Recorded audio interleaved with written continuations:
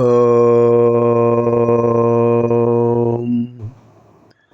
శ్రీ గురుభ్యో నమః. శివానందలహరి 94వ శ్లోకంలో ప్రవేశిస్తున్నాం. ముందుగా శివస్థుతిలో అంటే వందే శివం శంకరం అనే మకుటంతో అద్భుతమైన శ్లోకాలు ఇచ్చారు మనకు. అందులో మొదటి శ్లోకం చూద్దాం. వందే శివం శంకరం. శివం అంటే మంగళస్వరూపుడు. శంకరం శంకరోతి ఇది శంకర, ఆధ్యాత్మికమైన ఆనందాన్ని కలుగజేసేవాడు. వందే నమస్కరిస్తున్నాను.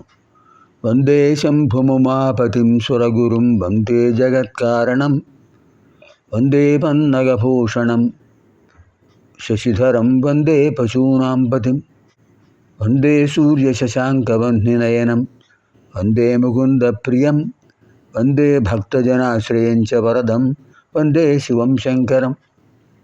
ఇక్కడ విశేషం ఏంటంటే, సంస్కృతంలో యతిర్విచ్ఛేద సంజ్ఞక అంటారు. ఎక్కడ ఆపాలో అక్కడ యతి నియమం అంటారు.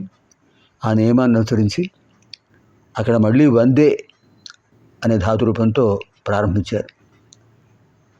వందే శంభుముమాపతిం సురగురుం వందే జగత్కారణం వందే పన్నగభూషణం.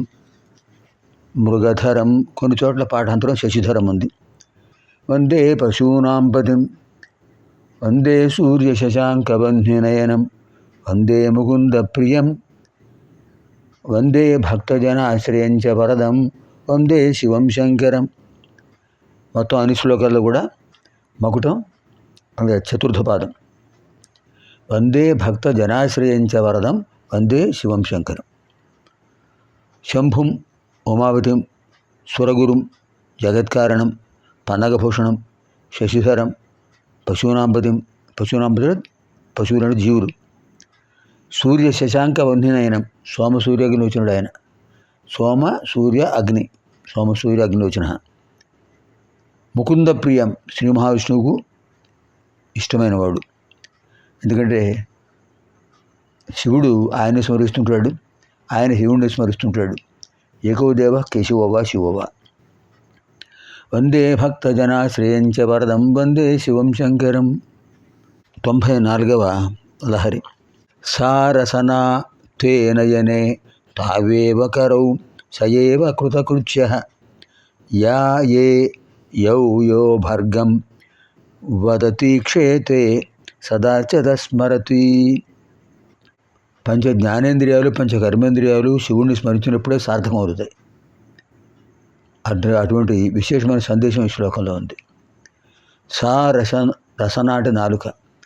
సా రసన తే నయనే తావేవ కరౌ సయేవ కృతకృత్యః యా ఏ యౌ యో భర్గం వదతి ఈక్షేతే సదార్చత స్మరతి.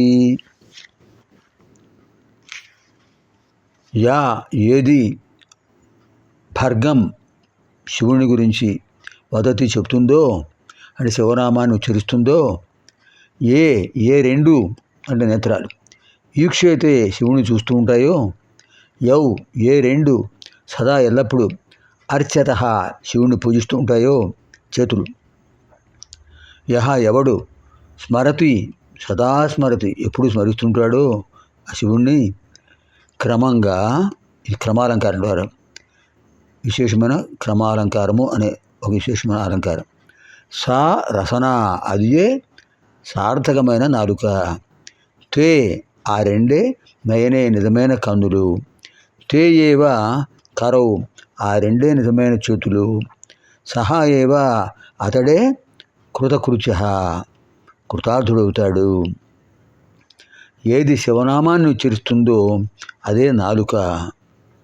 ఏది శివుణ్ణి చూడగలదో, ఏవి శివుని చూస్తాయో అనునిత్యం అవే నేత్రాలు. ఏవి ఎల్లప్పుడూ శివుణ్ణి అర్చిస్తూ ఉంటాయో అవే చేతులు. ఎవరు అంటే ఏ వ్యక్తి శివుణ్ణి స్మరిస్తూ ఉంటాడో ఇళ్ళవేళలా ఆ వ్యక్తి కృతార్థత పొందినవాడు. అంటే మానవులు సర్వేంద్రియాలతో శివుణ్ణి అర్చించి కృతార్థులు కావాలి అని ఈ శ్లోకంలో సందేశం. सा रसना ते नयने तावेव करौ स एव कृतकृत्यः या ये यौ यो भर्गं वदति क्षेते सदार्चदस्मरति या जिह्वा रसना ये नेत्रे यौ करौ यः व्यक्तिः वदति ఈక్షేతే అర్చతః స్మరతి. ఇది క్రమాలంకారం. పునర్మిలామः ఆగామిని కార్యక్రమే.